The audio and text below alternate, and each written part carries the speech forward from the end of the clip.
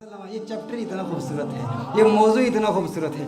मेरे आका सल्लल्लाहु अलैहि वसल्लम दौरान हिजरत नबी करीम सल्लल्लाहु अलैहि वसल्लम सैयदना अबू बकर रदियल्लाहु ताला अन्हु के साथ सफ़र पर हैं। मेरे आका सल्लल्लाहु अलैहि वसल्लम का गुज़र एक खेमे के करीब से होता है। एक बावकार खातून खेमे के बाहर बैठी हुई, वो मुसाफिरों की खिदमत किया करती थी, मुसाफिरों की खातिरदारी किया करती थी। उस औरत का नाम जानते हो? आशिक सारे जानते हैं, नाथखान सारे जानते हैं। वो कौन है?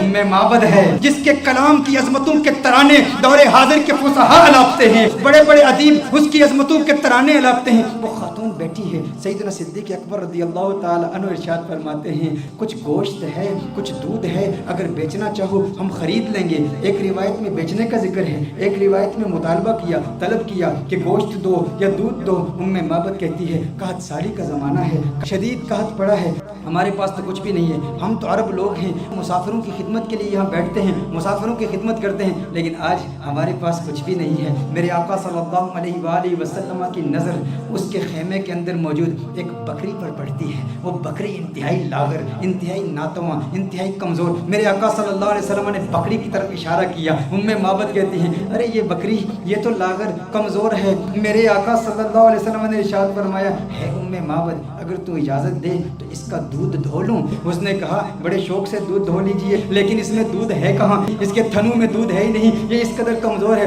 आका सल्लल्लाहु अलैहि वसल्लम उसकी पुश्त पर हाथ रखते हैं, बकरी के दोनों पाँव मिलाते हैं, फिर मेरे आका सल्लल्लाहु अलैहि वसल्लम उसके थनों पर हाथ रखते हैं। मेरे आका दुआ पढ़ते हैं, अल्लाहुम्मा बारिक लहा फी शातिहा, या अल्लाह उम्मे माबद की इस बकरी में बरकतें पैदा कर दे, इसे मुबारक बना दे, इसे बरकत दे दे। जो ही मेरे आका ये दुआ पढ़ते हैं, आका के हाथ लगने की देर थी, उसके थन में दूध उतर आता है।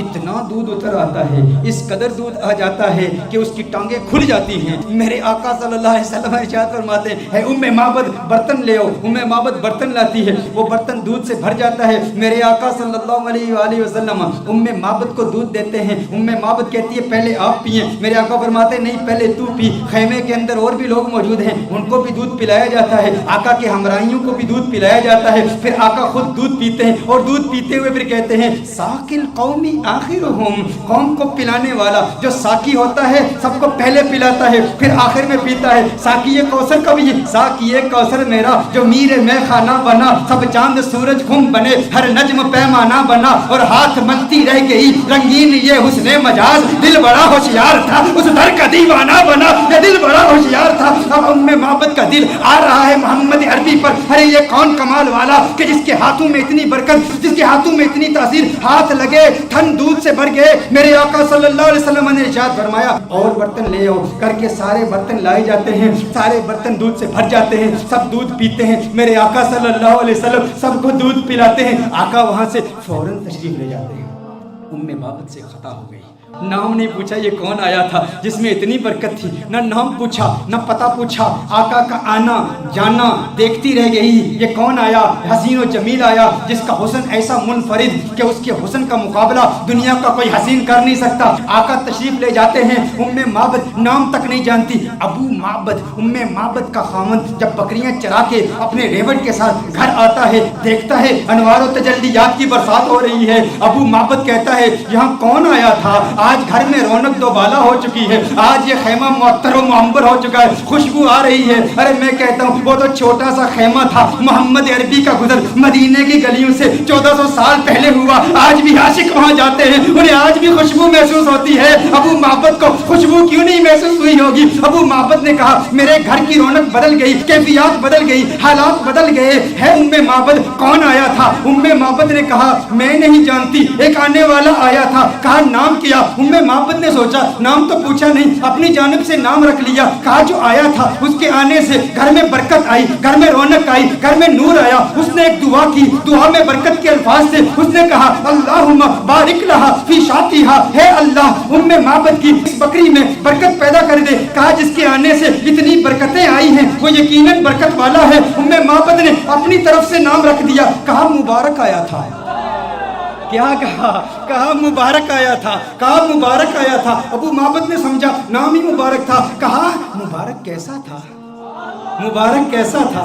ذرا مبارک کا حلیہ تو بیان کرو، وہ کون مبارک تھا جس کی اتنی برکت، انوار و تجلیات کا نزول، گھر میں نور کی برسات؟ وہ مبارک کیسا تھا؟ ام معبد نے، عرب کی اس بادہ نشین خاتون نے آقا کے حسن کی، اس پیکر نور کے حسن کی ایسی دلاویز تصویر کشی کی، خدا کی قسم انسان حیران ہو جاتا ہے۔ اللہ نے اس خاتون کو ایسا حقیقت شناس بنایا، ایسی حقیقت شناس آنکھوں سے نوازا اور ایسی حقیقت ترجمان زبان سے نوازا کہ آج کے ادبا، آج کے فصحا اس کلام پہ ناز کرتے ہیں کہ کیسی تصویر کشی کی آقا کے حسن کی۔ کہ آپ بتاؤ تو صحیح وہ مبارک کیسا تھا؟ آپ بھی سنیے، اگر سینے میں پتھر نہیں گوشت کا ٹکڑا رکھتے ہو، دل رکھتے ہو، عشق رکھتے ہو، محبت رکھتے ہو، دیوانے ہو آقا کے، تو سنو ام معبد نے آقا کا حسن کیسے بیان کیا۔ کہا فرأیت رجلا، رأیت رجلا ظاہر الوضعۃ ملیح الوجہ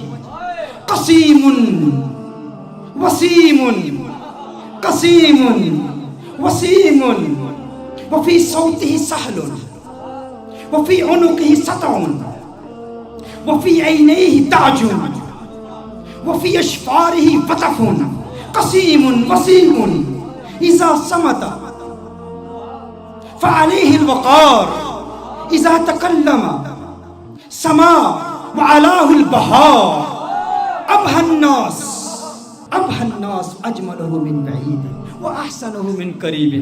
کیا کلمات ہیں ام معبد کی، ترجمہ جاننا چاہتے ہیں ام معبد نے کیا کہا؟ ام معبد نے کہا فرأیت رجلا، میں نے ایک مرد دیکھا، ظاہر الوضعۃ، جس کا حسن بہت نمایاں تھا، ساخت بڑی خوبصورت تھی، بڑا خوبرو تھا، بڑا حسین و جمیل تھا، چہرے میں ملاحت تھی، ملیح الوجہ تھا، قسیم وسیم، قسیم تھا وسیم تھا۔ قسیم کسے کہتے ہیں؟ عربی میں قسیم کا معنی کیا ہے؟ ایک ہوتا ہے ایک حسین شخص، جمیل شخص، خوبصورت شخص۔ قسیم اسے کہتے ہیں جس کے جسم کا ہر عضو علیحدہ علیحدہ اپنی امتیازی خوبصورتی رکھتا ہے۔